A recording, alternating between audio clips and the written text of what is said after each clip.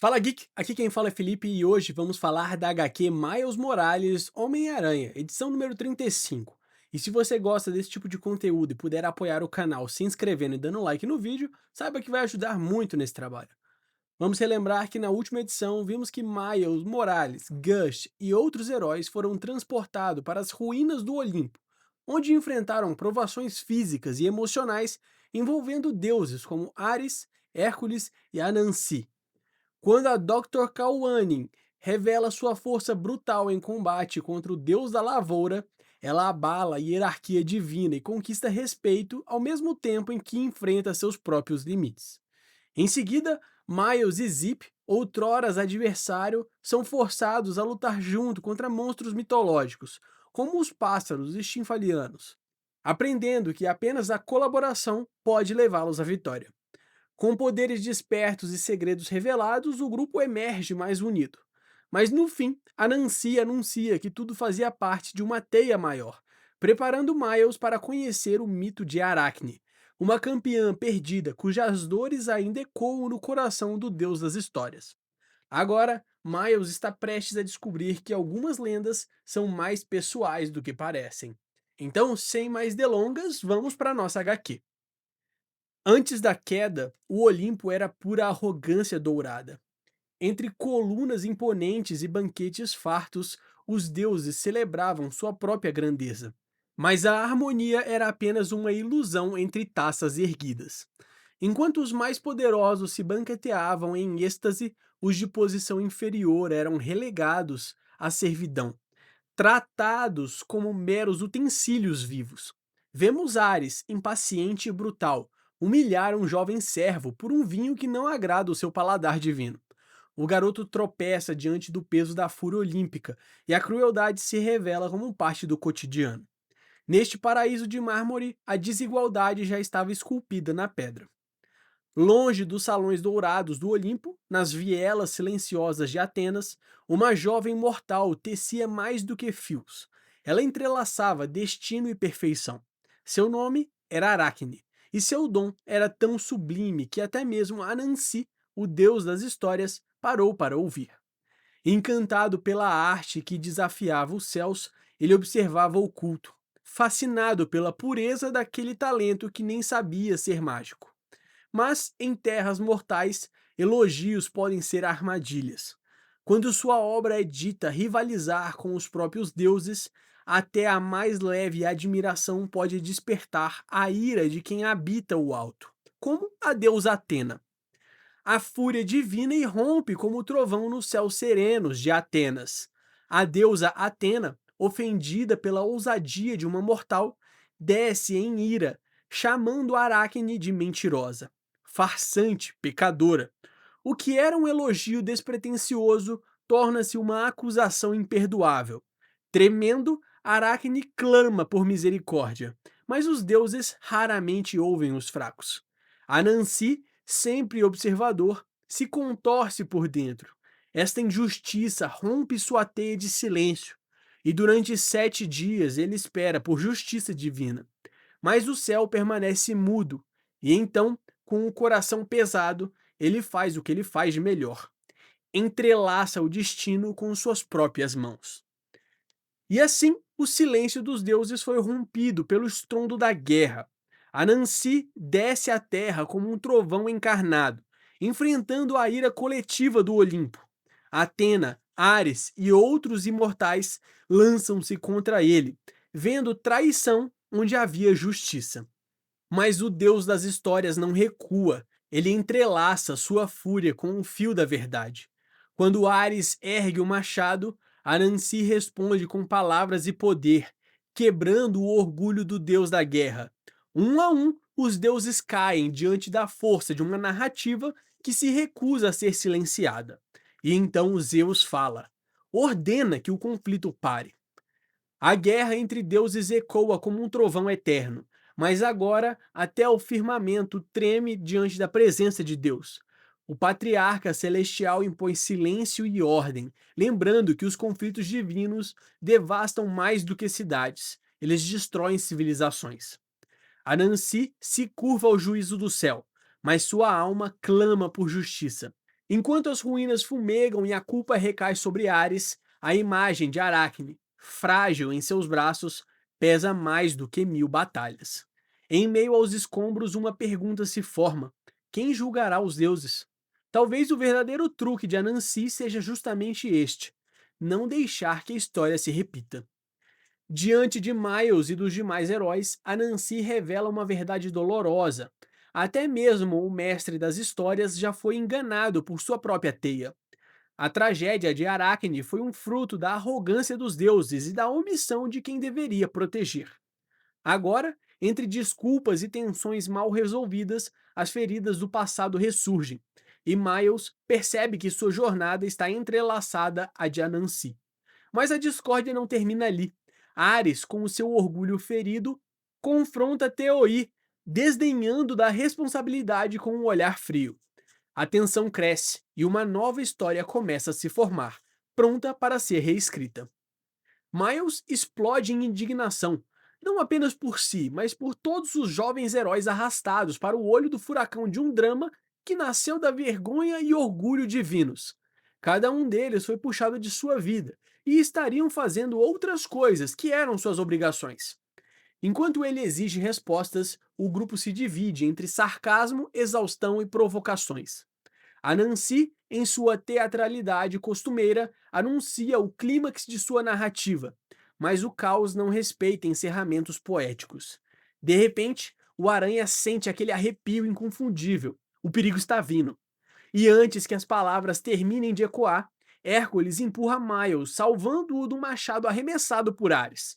O deus não está pronto para se calar. Ele quer sangue. Ares ruge como uma tempestade encarnada, clamando todos os nomes da guerra, como se fossem coroas de glória. O deus do combate, agora fortalecido pelo próprio raio de Zeus, ergue suas lâminas com fúria ancestral, prometendo destruição ao tecelão de histórias. Miles comenta que se sente feliz por ter Hércules e uma Hulk ao seu lado, mas Hércules comenta que não sabe se isso ainda vai ser suficiente. Anansi, longe de recuar, sorri. Para ele, cada conflito é uma melodia, e esta batalha é o clímax de uma sinfonia divina.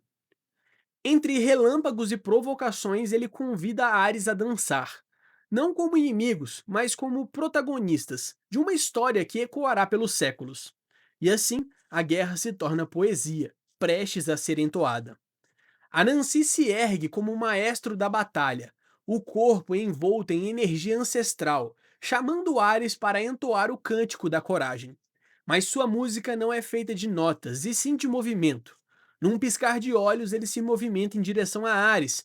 Seus reflexos dançam como sombras tecidas pelo próprio tempo. A cada passo, ele escapa, se dobra e se divide. O deus da guerra, perplexo, assiste a um espetáculo que desafia a lógica da força bruta. E naquele instante, Ares percebe: essa luta não será vencida apenas com fúria.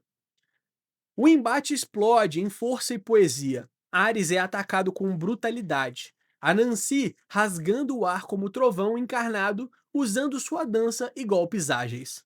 O deus da guerra sangra, e o contador de histórias celebra cada gota como se fosse tinta em sua narrativa. A batalha se transforma em um espetáculo, com lâminas girando e provocações afiadas quanto espadas. Mas Ares, orgulhoso, recusa-se a ceder. Chama Anansi de enganador, amaldiçoa sua astúcia e se lança com fúria renovada. É então que, com um machado em cada mão, ele acerta seus primeiros golpes no peito de Anansi. Com ironia afiada como lâmina, Anansi provoca Ares em plena batalha, zumbando da mente estreita por trás dos machados. Mas o que era um duelo entre deuses logo atrai outros campeões. Heroínas irrompem como ondas furiosas, tentando calar o deus das histórias com golpes certeiros. Anansi, no entanto, não perde o ritmo. Ele escapa, gira e ri. Seus movimentos são poesia viva, suas palavras, melodia de conflito. Ele enfrenta não apenas a força, mas o orgulho de toda uma linhagem. E mesmo enquanto recua, ainda sorri, agora preparado para atacar as campeãs de seu inimigo. Com o sorriso que precede a tempestade, Anansi declara: esta história deverá ser cantada apenas por dois. Ele convoca uma força ancestral e um gesto elegante desencadeia uma onda de energia devastadora. O chão treme, o ar se curva e um clarão esmeralda se expande como o rugido de um continente inteiro. As campeãs, antes altivas, agora recuam diante do poder bruto que desafia a própria ordem divina. O que era espetáculo vira cataclismo, e entre gritos de alerta e olhos arregalados, uma verdade se impõe: subestimar o deus da história sempre cobra seu preço. No coração da explosão, Ares ressurge, ferido, mas irredutível. Mesmo após ser lançado pelos ares, antes, o deus da guerra despreza seu adversário e desafia o impacto com palavras de escárnio. Se isso é o seu melhor, continua não me impressionando. Enquanto os heróis assistem atônitos à devastação, Hércules reconhece: aquilo é apenas um vislumbre do que acontece quando deuses se enfrentam. Mas Ares, com os olhos incendiados de orgulho, acusa Anansi de ilusionismo. Para ele, não passa de um truque. E no campo dos imortais, a verdade vem envolta em dúvidas e destruição. Com a poeira baixando e o orgulho intacto, Ares e Anansi trocam palavras afiadas como lâminas, reconhecendo um no outro a força que só a guerra pode revelar. O respeito vem disfarçado de desafio, e a promessa de revanche pulsa no ar como um trovão distante. Miles observa, confuso, tentando entender se a vitória sequer existe quando deuses lutam por narrativas. Mas Ares, sempre teatral, propõe um novo ato: elevar as apostas, transformar espectadores em participantes e tornar o próximo capítulo ainda mais inesquecível. Com um estrondo que racha o chão, o deus da guerra sela o início de um novo jogo. Ares, tomado por um poder ancestral, ergue os braços ao céu e se declara o último senhor do Olimpo, agora autoproclamado pai dos céus. Um trovão explode do chão e o mundo parece tremer sobre seus pés. Mael e os demais percebem o peso da ameaça. Isso não é mais uma disputa, é um cataclisma prestes a acontecer. Mesmo entre os deuses, o medo toma forma, mas Ares não hesita. Se o Olimpo deve ruir outra vez, que assim seja. As palavras ecoam como sentença, e na beira do abismo resta apenas uma escolha: resistir ou ser consumido pelo trovão. Entre os escombros e a poeira da tempestade, os heróis se reerguem, atordoados, mas vivos. A tensão dá lugar ao alívio momentâneo, piadas tímidas, respirações ofegantes e a esperança de que o pior tenha passado. Mas o alívio é curto. Miles, ainda tentando entender o que aconteceu, questiona Nancy e recebe apenas um sussurro que gela sua espinha. Atrás de mim, Spider-Man. O sorriso se desfaz. As apostas que ele pedira estão ali, maiores do que ele jamais imaginou. Algo se aproxima e Miles só consegue soltar um sussurro de pavor. Ah, não. Brooklyn já viu dias intensos, mas nunca nada como isso. Ares, em sua loucura divina, rasga a realidade e transporta todos para o coração da destruição. O pátio da Brooklyn Visions Academy. Agora um campo de batalha colossal. As arquibancadas colapsam, ônibus viram destroços e cada passo ecoa como o prelúdio do caos. Os heróis observam atônitos, enquanto palavras antigas sussurram entre escombros. Lute, suplique, espie. Ares deu suas respostas, e elas não vêm em forma de diálogo, mas sim de guerra. E ali, diante de sua escola destruída, Miles percebe: o preço da lenda será pago em seu próprio lar. Com um estrondo que faz o chão estremecer, Ares finca sua lança no coração de Brooklyn, como se decretasse a sentença de um novo Olimpo erguido sobre as ruínas. Sua decisão não importa, ele declara. E naquele instante o destino deixa de ser escolha. A fúria de um deus está solta, e Miles encara não apenas o colosso diante dele, mas o peso de proteger tudo que ama.